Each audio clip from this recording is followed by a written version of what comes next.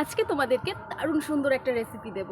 আজকে তোমাদের সাথে শেয়ার করব আমলকি দিয়ে তেঁতুল মাখা। তো তেঁতুল মাখা না, সরি, আমলকি আর তেঁতুলের আচার।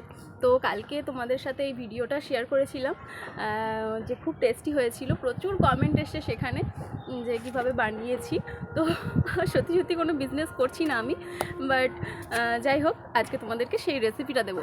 চলো তো ঝটপট করে দেখে নাও যে কীভাবে আমি বানাচ্ছি।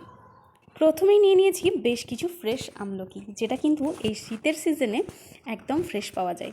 তো সেটাকে হালকা একটু বয়েল করে নিয়েছি। তো দেখতেই পাচ্ছ, বিশেষ কিছু কিন্তু বয়েল করিনি, জাস্ট একটু হালকা ভাপিয়ে নিয়েছি, কারণ এটা যখন রান্না করব তখন আরও কিছুটা বয়েল হবে। তো এখানে কিছুটা ভাজা মশলা নিয়েছি। এই ভাজা মশলার মধ্যে রয়েছে গোটা ধনে, মৌরি, পাঁচফোড়ন, সাথে রয়েছে শুকনো লঙ্কা এবং গোলমরিচ। কারো যদি গ্যাস অম্বলের সমস্যা হয় তাহলে সে একটুখানি জোয়ান দিয়ে দিতে পারো। এবার চলো, কড়াইতে তেল দিয়ে ফোড়নে দিয়ে দিয়েছি সামান্য একটুখানি পাঁচফোড়ন আর শুকনো লঙ্কা। ব্যাস, তারপর ওই সেদ্ধ করে রাখা আমলকিটা এর মধ্যে ঢেলে দেব। আমি এখানে কিন্তু গোটা আমলকিটাই দিয়ে দিলাম, কারণ রান্না করতে করতে যখন এটা বেশ খানিকটা সেদ্ধ হয়ে যাবে তখন কিন্তু নিজেই খুলে আসবে।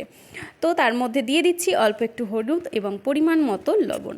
লবণের পরিমাণটা তোমরা তোমাদের স্বাদ অনুযায়ী দিও। এবার বেশ ভালো করে এই আমলকিটাকে ভেজে নেব।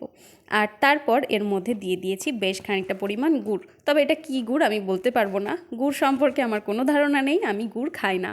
বাজার থেকে যেই গুড় নিয়ে এসেছে সেই গুড় দিয়েই কিন্তু আমি এটা রান্না করছি।